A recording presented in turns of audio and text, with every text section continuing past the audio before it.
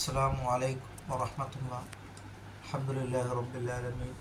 വസ്സലാത്തു വസ്സലാമു അലാ അഷ്റഫിൽ മുർസലീൻ വഅലാ ആലിഹി വസഹ്ബിഹി വസല്ലം. അൽ മാലു വൽ ബനൂന സീനത്തുൽ ഹയാത്തി ദുനിയ. ധനവും മക്കളുമെല്ലാം ഈ ഭൗതികമായ ജീവിതത്തിലെ അലങ്കാരമാണ് എന്നാണ് വിശുദ്ധമായ ഖുർആൻ പറഞ്ഞിട്ടുള്ളത്. അതുകൊണ്ട് നാം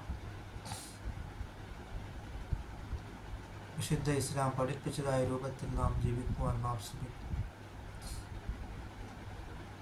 ഒരു സഹാബി സയ്യിദുനാ റസൂൽ കരീം സല്ലല്ലാഹു അലൈഹി വസല്ലം തങ്ങളോട് ചോദിക്കുകയുണ്ടായി, യാ റസൂലല്ലാഹ്, ഞാൻ ഏറ്റവും അധികം നന്മകൾ ചെയ്യേണ്ടത് ആരോടാണെന്ന് ചോദിച്ചപ്പോൾ നബി സല്ലല്ലാഹു അലൈഹി വസല്ലം തങ്ങൾ പറഞ്ഞിട്ടുള്ളത് ഉമ്മുക്ക, നിൻ്റെ ഉമ്മയോട് എന്നാണ്. രണ്ടാമത് ചോദിച്ചപ്പോഴും ഇത് തന്നെ ആവർത്തിക്കുകയാണ്. മൂന്നാമത് ചോദിച്ചപ്പോഴും നബി തങ്ങൾ പറഞ്ഞത് ഉമ്മുക്ക, നിൻ്റെ ഉമ്മയോട് എന്നാണ്. നാലാമത് ചോദിച്ചപ്പോഴാണ് നബി തങ്ങൾ പറഞ്ഞത് പിന്നീട് നിൻ്റെ പിതാവ് എന്നാണ്. അത് നാം മനസ്സിലാക്കി. അതുകൊണ്ട് ഇന്നത്തെ ആധുനിക സമൂഹത്തിലെ മക്കൾ കഞ്ചാവിന് അടിമപ്പെട്ടുകൊണ്ട് മോശമായ രീതിയിലാണ് ജീവിക്കുന്നത്. അവർക്ക് പടച്ചവനെ പേടിയില്ലാത്തതായ രീതിയിലാണ് അവർ ജീവിക്കുന്നത്. മാതാപിതാക്കളോട് എങ്ങനെ പെരുമാറണം, ഉസ്താദുമാരോട് എങ്ങനെ പെരുമാറണമെന്നും അവർക്ക് ഒരു പിടുത്തവുമില്ലാതെ നടക്കുകയാണ്. അതിനാൽ മക്കളെ നാം ഇസ്ലാമിക ചിട്ടകളോടുകൂടി നാം വളർത്തുക.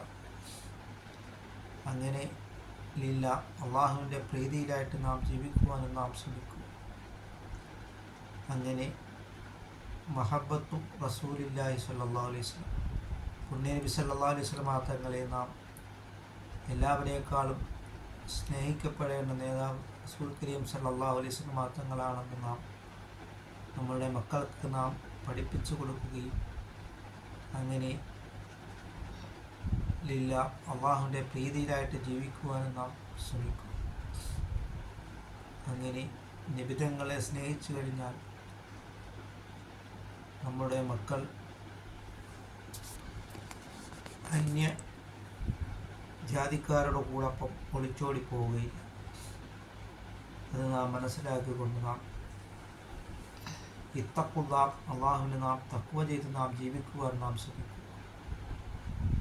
അല്ലാഹു തആല നമ്മുടെ എല്ലാ സൽക്കർമ്മങ്ങളും അല്ലാഹു തആല കബൂലാക്കുകയും ചെയ്യുമാറാകട്ടെ.